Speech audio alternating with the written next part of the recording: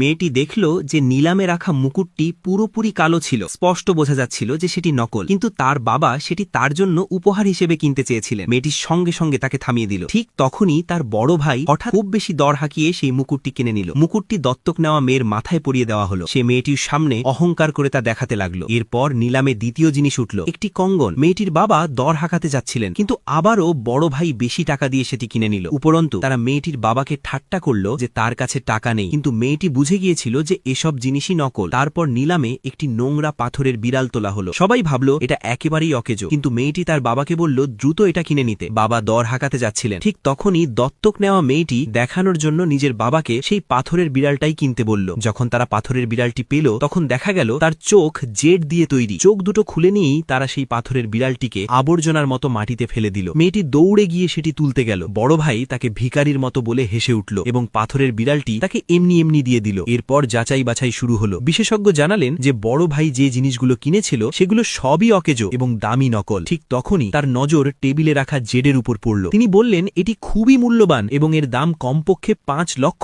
এটা শুনেই বড় ভাইয়ের হৃদয় ভেঙে গেল, কারণ সে ইতিমধ্যেই $5 মিলিয়ন খরচ করে ফেলেছিল। ঠিক তখনই মেয়েটি বলল যে আসল ধনটা তার পাথরের বিড়াল। বিশেষজ্ঞ তাকে তাচ্ছিল্যের দৃষ্টিতে দেখে বললেন এটা তো সাধারণ পাথর, কিন্তু বাবা তার মেয়ের উপর সম্পূর্ণ ভরসা রেখেছিলেন। মেয়েটি হঠাৎ কালো পাথরের বিড়ালটি মাটিতে আছড়ে মারল। ভেতর থেকে সবুজ আলো ঝলসে উঠল। এটা দেখে বিশেষজ্ঞ হতভাগ হয়ে গেল। সে সঙ্গে সঙ্গে পাথরের বিড়ালটিকে কাটার মেশিনে রাখল। যতই ওপরের স্তর কাটা হচ্ছিল, সবাই ততই অবাক হয়ে যাচ্ছিল। ভেতরে পুরোপুরি জেড দিয়ে তৈরি একটি বিড়াল বেরিয়ে এলো, যার দাম কমপক্ষে 100 মিলিয়ন ছিল। এই খবর শুনতেই বড় ভাই শকে অজ্ঞান হয়ে